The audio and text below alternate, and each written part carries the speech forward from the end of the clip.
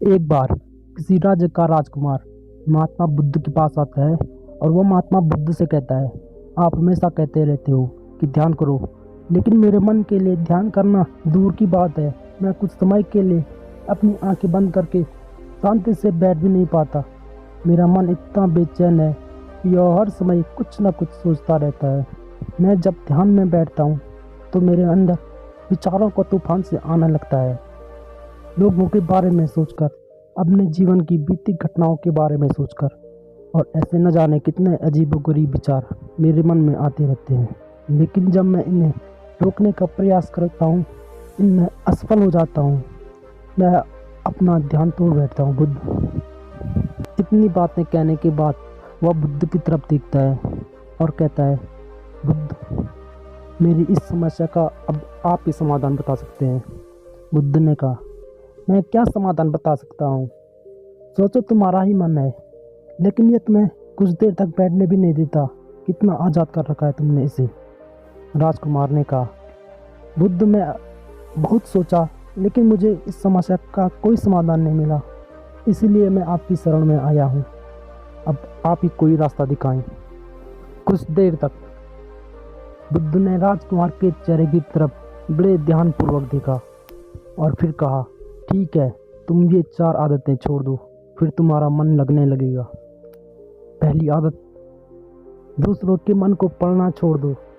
तुम और तुम्हारे जैसे ज़्यादातर लोग यही गलती कर रहे हैं।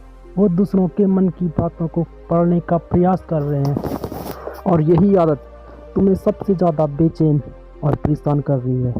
ज़्यादातर उत्सवों पर लोग दूसरों की बातों को गलत व नकारात्मक तरीके से पढ़ते हैं।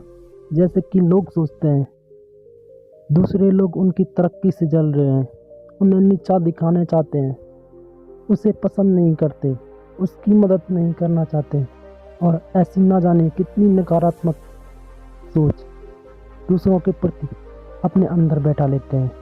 फिर उनके बारे में सोचने लगते हैं, उन्हें नीचा दिखाने का मौका ढूंढते हैं, और दूसरों के प्रति यही नकारात्मक सोच तुम्हें दुखी करती है। तुम दूसरों के प्रति सोचोगे ही नहीं तो तुम्हारा ध्यान अवश्य लगेगा, पार्थ, अवश्य लगेगा। दूसरों के विचारों को पढ़ने की कोशिश बंद करो। पढ़ना ही है तो खुद के विचारों को पढ़ो कि तुम्हारे अंदर क्या चल रहा है, तुम क्या सोच रही हो। इतना कहते हुए बुद्ध दूसरी आदत की तरफ बढ़ते हैं। बुद्ध कहते हैं, दूसरी आदत ये सोचना कि असफल होगे तो लोग हंसेंगे। हंसने दो। असफलता पर लोगों का हंसना उनका धर्म है, क्योंकि यदि तुम सफल हो जाते हो तो यही वो लोग हैं जो तुम्हारी तारीफ करेंगे, तुम्हें सम्मान देंगे, तुम पर गर्व करेंगे। यदि तुम अपनी सफलता पर दूसरों से तारीफ की उम्मीद रखते हो, तुम अपनी असफलता पर उनके हंसने के लिए भी दुखी मत होना। और यही समस्या है, तुम असफलता को बुरा मानते हो, जबकि असफलता होना सफल होने से ज़्यादा अधिक जरूरी है, क्योंकि बिना असफल हुए इंसान के अंदर का घमंड दूसरों को छोटा समझने की भावना पैदा कर देती है, जबकि असफलता हमें विनम्र रहना, धैर्य रखना और लगातार प्रयास करना सिखाती है। इसीलिए असफलता को बुरा मत समझो। तुम अपनी मानचित्र सीमाओं से बाहर जाकर कुछ नया करने का प्रयास करो। याद रखना, तुम्हारे अंदर असफल होने का साहस नहीं है तो तुम अपने लक्ष्य को कभी हासिल नहीं कर सकते।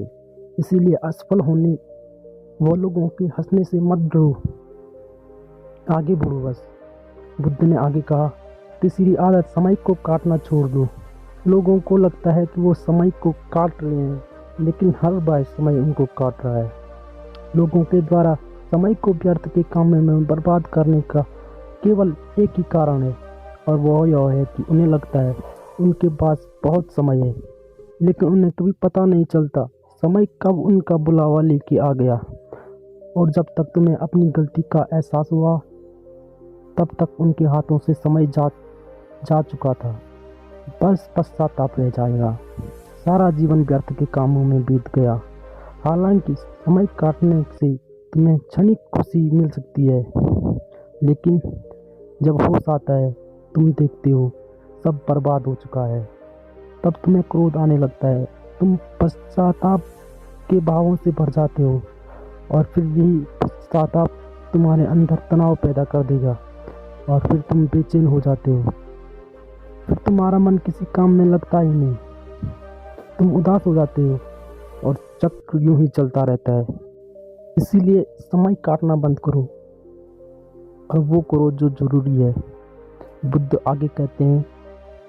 और चौथी आदत, यह सोचना छोड़ दो कि मुझसे बड़े बड़े लोग नहीं कर पाए तो मैं कैसे कर पाऊंगा।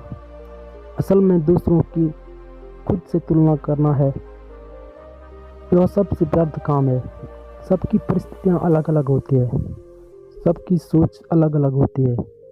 और क्या हुआ, दूसरे नहीं कर पाए तो हो सकता है तुम कर पाओ।